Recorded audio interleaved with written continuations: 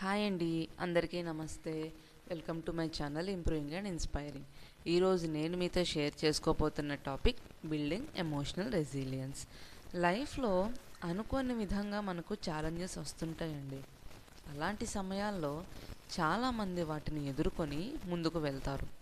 ఈ emotional resilience మన mental హెల్త్కి ఎందుకు అవసరం, దీన్ని ఎలా డెవలప్ చేసుకోవచ్చో మనం ఇప్పుడు చూద్దాం. అసలు what is emotional resilience? Emotional resilience అంటే ఏంటి? ఒకవేళ మనం బాధను ఎదుర్కొన్నా తిరిగి నార్మల్ స్టేట్కి ఎంత స్ట్రాంగ్గా వచ్చి మళ్ళీ ముందుకు వెళ్తామో దాన్నే ఎమోషనల్ రెసిలియన్స్ అంటారండి.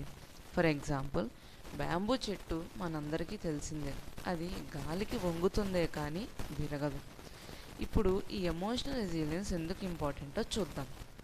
మనలో ఉన్న యాంగ్జైటీ అండ్ స్ట్రెస్ని మేనేజ్ చేసుకోవడానికి, మన చుట్టూ ఉన్న రిలేషన్షిప్స్ ఇంప్రూవ్ అవ్వడానికి, ఎప్పుడైనా డెసిషన్స్ తీసుకునేటప్పుడు ప్రాపర్గా తీసుకోవడానికి యూజ్ అవుతుందండి.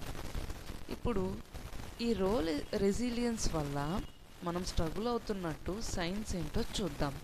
ఫస్ట్ వన్, ఒక ప్రాబ్లం రాగానే వెంటనే గివప్ చేయడం. ఒక ఫెయిల్యూర్ కానీ మార్పు కానీ వస్తుందంటే ఆ పనిని అవాయిడ్ చేయడం. కోపం ఉన్నప్పుడు కంట్రోల్ చేసుకోలేకపోవడం. నెగిటివ్ సెల్ఫ్ టాక్ అండి, అంటే నేను ఇది చెయ్యలేను.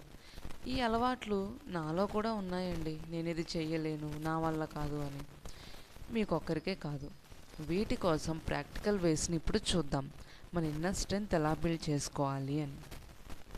ఫస్ట్ ప్రాక్టికల్ వే, ప్రాక్టీస్ సెల్ఫ్ అవేర్నెస్. ఇప్పుడు ఈ ప్రజెంట్ మూమెంట్లో నేను ఎలా ఫీల్ అవుతున్నాను అని క్వశ్చన్ చేసుకోండి.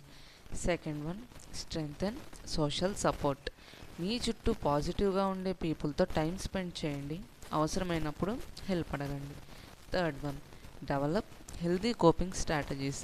మీ ఎమోషన్స్ని ఫ్రీగా ఎక్స్ప్రెస్ చేయండి. వాళ్ళేమనుకుంటారో వీళ్ళేమనుకుంటారో అని మనసులో దాచుకోవద్దు. సో ఈ ప్రాక్టికల్ వేస్ని మీరు మీ డైలీ లైఫ్లో ఇంక్లూడ్ చేసుకుంటే మీ ఎమోషనల్ రెసిలియన్స్ని స్ట్రాంగ్గా బిల్డ్ చేసుకోవచ్చండి. నెక్స్ట్ వన్, రిలేషన్షిప్స్లో ఈ రెసిలియన్స్ ఎలా చూపించాలి? గొడవ పడినప్పుడు సైలెంట్గా ఉండకుండా పీస్ఫుల్గా మాట్లాడండి. మెయిన్లీ ఇది మనం కపుల్స్లో చూస్తూ ఉంటాం.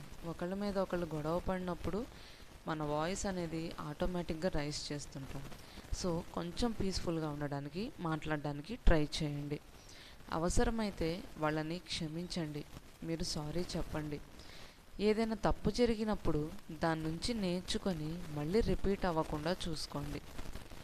ఎప్పుడైతే మనం అవతల వాళ్ళని క్షమిస్తామో, లేదు మన సైడ్ నుంచి తప్పున్నప్పుడు సారీ చెప్తామో, ఆటోమేటిక్గా మన మైండ్ చాలా ఫ్రీగా ఫీల్ అవుతుందండి.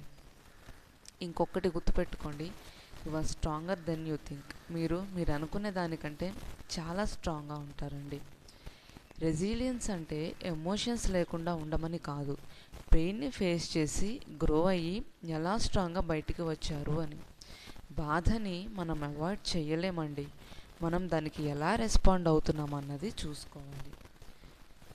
నా వీడియోస్ కనుక మీకు నచ్చినట్లయితే please like, share and subscribe to my channel improving and inspiring. Bye.